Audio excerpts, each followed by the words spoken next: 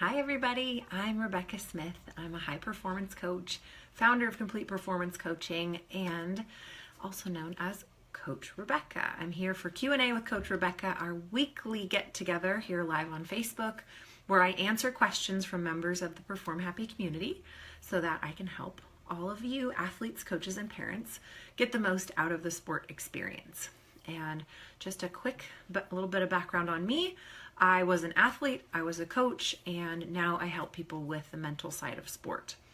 And I do this in two different ways. I do one-on-one Skype coaching with athletes age 8 to 18, and I also have a blooming and blossoming online community of athletes, parents, and coaches who want to have access to my techniques without the cost of one-on-one work.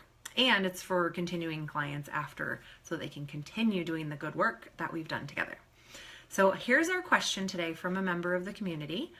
She says, my daughter, age 10, level 7 gymnast, is dealing with a long-term block, a mental block on a round-off back handspring back tuck, but she will do a round-off back tuck. And she's also blocked on going backwards on the beam. She says negative things all the time, like, I'm not even a level 4. I've tried the positive thoughts and neutral thoughts, but she's already convinced nothing will work. How can I help her believe in herself without pushing and making it more stressful? She says she hates it when I tell her I believe in her or that I'm proud of her. And then, of course, in the community, a bunch of parents chimed in with, me too. Oh my gosh, my kid, she's so negative. And it makes perfect sense because the brain, when it's dealing with fear, wants to do anything possible to get you to avoid that skill. Anything. Your brain is very crafty. Thank goodness it's why we're here. It's why we're all still alive and safe. So that's the first thing, is that her brain is really anti. Her brain is wanting to avoid the skill at all costs. Will throw negativity out there, will throw pain out there, will do anything it can to get the body to just not want to go for it. So that's really what we're up against. But what I want to talk about is the belief systems, because beliefs have everything to do with performance. Everything. There was a study that was done on an Olympic, somebody who went to the Olympics and had success, and she was anonymous, of course, but they did this study on her, and what it showed was that the number one thing that relates to Olympic success is feeling in control. Now, that's also something that leads to feeling okay, emotionally safe, is feeling like you're in control. And when you're dealing with fear, you don't feel in control. So you have to gain control anywhere that you can get it. And a lot of that, for us who have been afraid, comes down to being right. If I can just be right, then I have control over something, and I'm not going to feel completely out of control, hopeless, and lost. So unfortunately, the thing that we like to latch onto and be right about is not always productive. So in this situation where she says something like, nothing's going to work, I've already tried that, I'm hopeless, I can't do it, any of those things that probably any of us watching or listening have heard, have said, becomes true. When you put it out there, it becomes true, because then your brain does its job, and it's like a heat-seeking missile toward being right. So I'm going to give you guys a little example of this. My husband and I decided to paint our house, and he had redone a bunch of stuff on the back of the house, and it needed to be done. And I was like, I don't like the color. Let's just have somebody repaint the house. And then we got two bids. One was astronomically high, and one was super low. And I was like, hey, let's get the good deal. And he's like, that's going to be a crappy paint job. Excuse my phrasing. And I was like, whatever, it's fine. We'll get it done. And then if we don't like it, we can change it in a few years. I like the sound of that. This guy's nice. Let's do it. And so he comes and does it. And I look at it, I'm like, wow, it looks so much better. I really like the new color. My husband, meanwhile, was like, oh, I knew this would happen. This is awful. He did such a terrible job. There's cracks. There's peeling paint. Look at this detail. Look at this detail. Look at how that wasn't right. And this was bad. And that was bad. And he has to come back and fix it. So he comes back and he spends 3 hours fixing it. And then my husband's like, no, he didn't even barely scratch the surface of what was wrong. And I'm meanwhile like, I have no idea what you're talking about. It looks good to me. Okay, let's move on with our lives. So it's the same house, but there are two different expectations. And I was like, let's get a good deal. Hey, it looks nice, looks better than before. And he was like, that sounds like too good to be true. It's gonna be bad. He believed that. He believed this is gonna be bad. They're gonna do a bad job and we're not gonna have it. And so he, like his little heat-seeking missile, was seeking out all the flaws because he needed to be right. And now this is not a criticism against my husband by any means, who I adore. It's just that's how our minds work. I was the one who was like, let's pick this guy. So then I'm going, let's find all the reasons why this was a good idea. And he was saying, that's going to be a bad idea. So he's finding all the reasons why that's going to be a bad idea. That's how humans' minds work. So if your daughter is thinking, I can't do it, it's impossible, I will never get past this level, I stink, nothing's going to work, she's going to seek out all of the information that will prove that to be true. Now, even if I tell my husband, I think it looks fine, he still has that attitude, and it's not for me to say, you need to feel differently about this. Instead, I can just enjoy it and hope that he moves on, which he already has, thank goodness. And every time he pulls up, he's like, yeah, it doesn't look so bad. Okay. But so now so we've got that clear. Whatever she believes to be true, she's going to seek out information that proves it to be true. What can you do?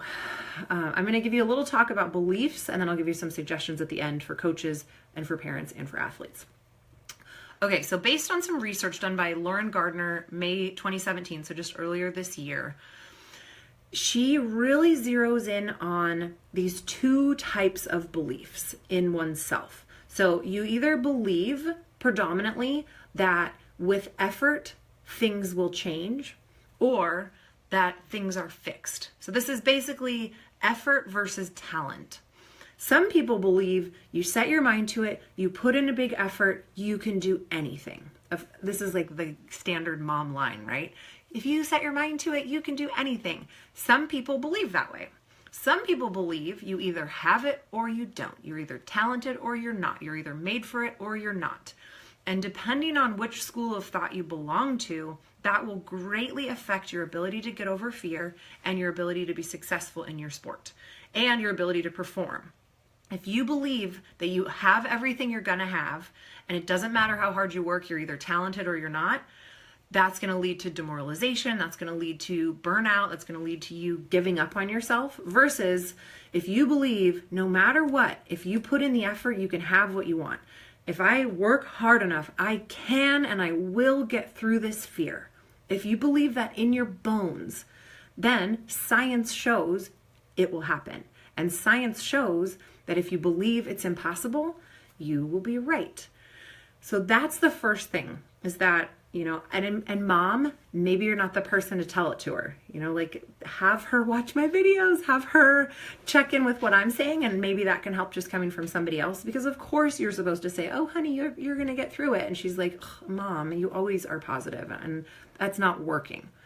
Okay, so back to this, the research done by Gardner in 2017, the important goals that you need to set to get out of that, it's either talent or effort, like to get out of the I either have it or don't mindset, are you have to have self-referenced improvement goals, which means you're always going for a personal best.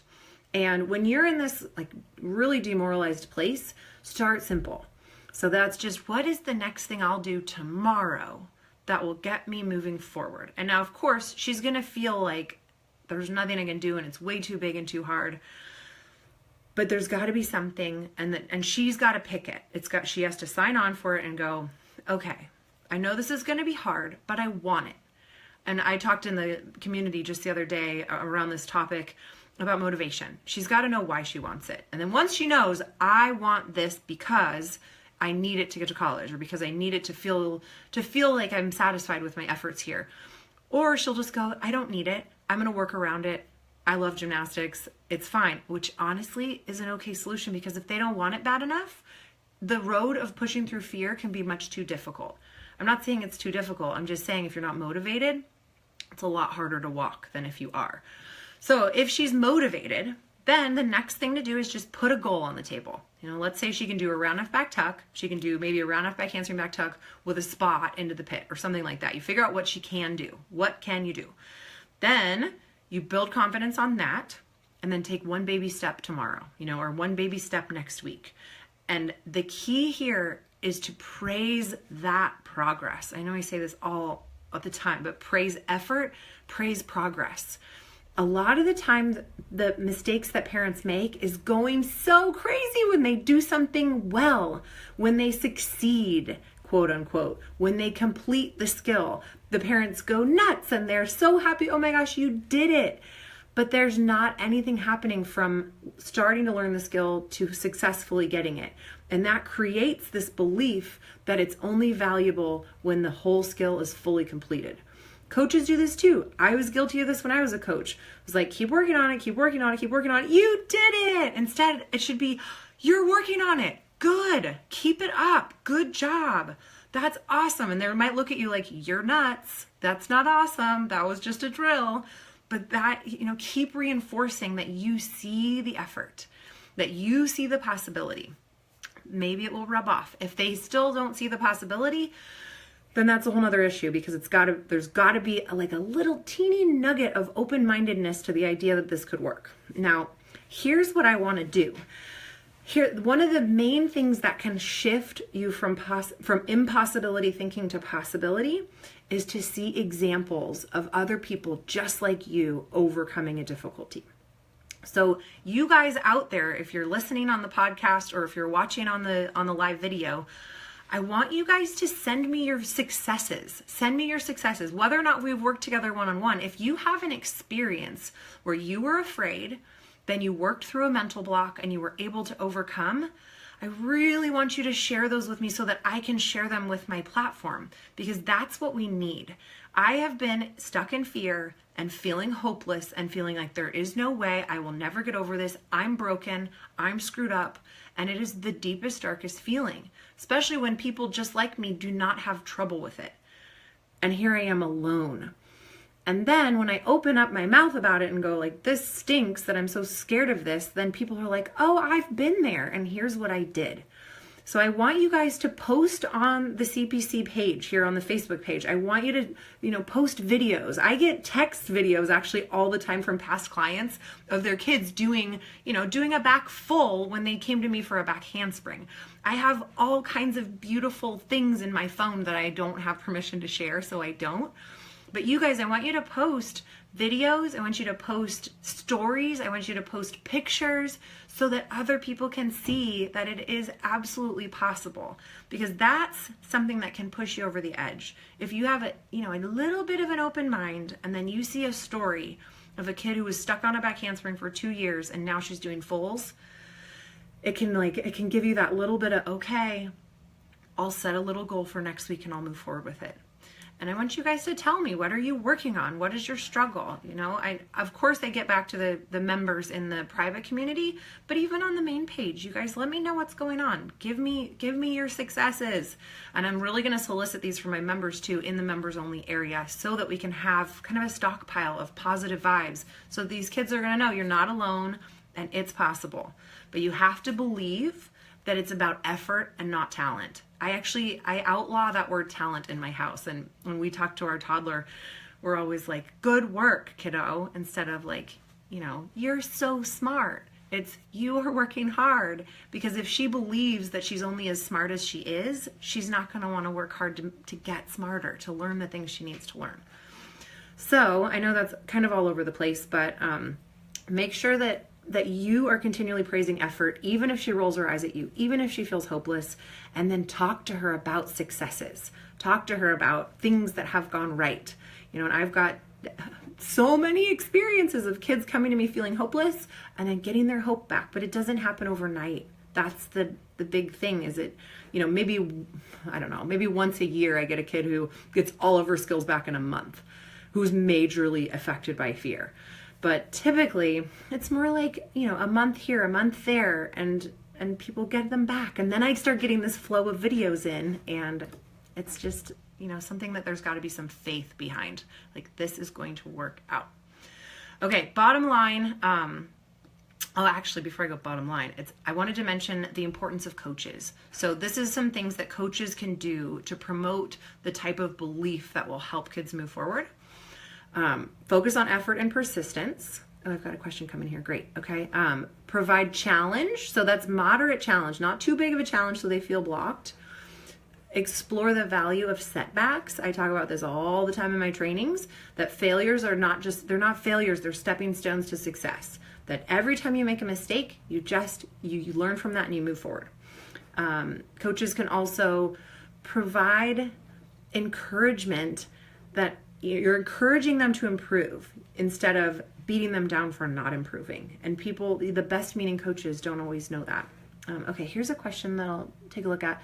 Sandra is asking, my daughter had a terrible fear of vaulting.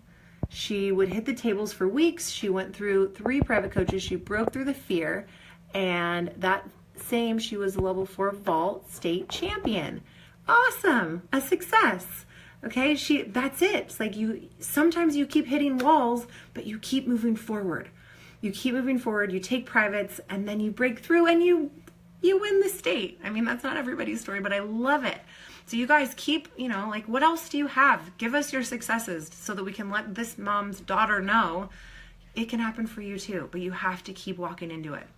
And I talk about the fire of fear. You got to walk into the fire. You can't go under it. You can't go over it. You can't go around it. You got to walk into it little by little in little digestible bits. Okay, now what parents can do, I mentioned it a little bit, but it's all about how you respond to their achievements versus their effort. And then in the post-game debrief, you want to make sure that you're recognizing improvement. Even if it's the littlest bit, you can, and even if they roll their eyes at you the whole entire time, you're like, hey, you're moving forward. You made 5 of those today, and you only made 2 yesterday. Yeah, you're on the low beam. Good job. And then also being aware of your own beliefs. This is the real kicker for parents. If you are only invested in her being able to do that skill, she's going to feel like she's only good if she does that skill versus all the other things that you guys can be grateful for. So my challenge for you is actually to talk gratitude. What are you grateful for? Especially when she's in those funky places, which she may not want to participate, and do not push. But if you guys can make a game out of it, like let's say 5 things we're grateful for, I'll go first. And then mom goes, and then the kid goes, and then mom goes, kid goes, mom goes, kid goes. Maybe you've got a bunch of kids in the car and everybody can go around something you're grateful for. That can help just break up the negative vibes. And that's another thing that's been scientifically proven to change your brain and make you perform better. So, yeah, practice gratitude, look on the bright side. One thing I have some of my people do who are really negative but at least open is to write down 5 good things after each practice. If you can write down 5 good things and you have to do it every single day, you'll start finding the positives. Instead of my husband, like if I said, honey, I want you to find 5 good things about our house paint every day, he would start to fall in love with our house. That's the way that would go. So those are a lot of tips. I know I'm kind of all over the place, but just make sure that you believe in her, that you believe in the process, because that's one thing that I get a lot is, somebody will have this big breakthrough and I reach out to mom and I'm like, hey, can I get a testimonial? And they're like, let's see if it sticks. I don't think it's going to stick. And I'm like, you guys, come on, at least like the mom's got to model that, like, yes, let's keep this momentum going instead of like, I don't know, this probably isn't going to last. I hear that enough that I'm like, okay, moms, like have a little more, and dads, of course, have a little more faith in your kids and in the process. Okay, guys, I'm going to sign off, but reach out to me at Rebecca@performhappy.com if you have any questions, and I'll see you back next week.